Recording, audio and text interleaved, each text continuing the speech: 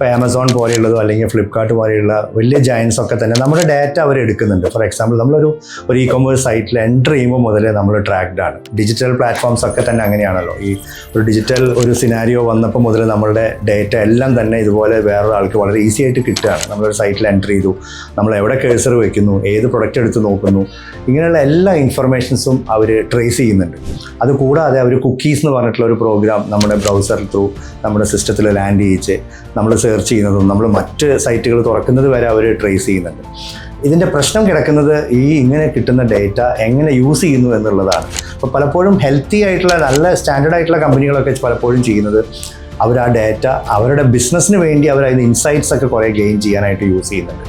അവരതെടുത്ത് resell ചെയ്യുകയോ അല്ലെങ്കിൽ മറ്റു കാര്യങ്ങൾക്ക് മിസ്യൂസ് ചെയ്യുകയോ സാധാരണ ചെയ്യാറില്ല.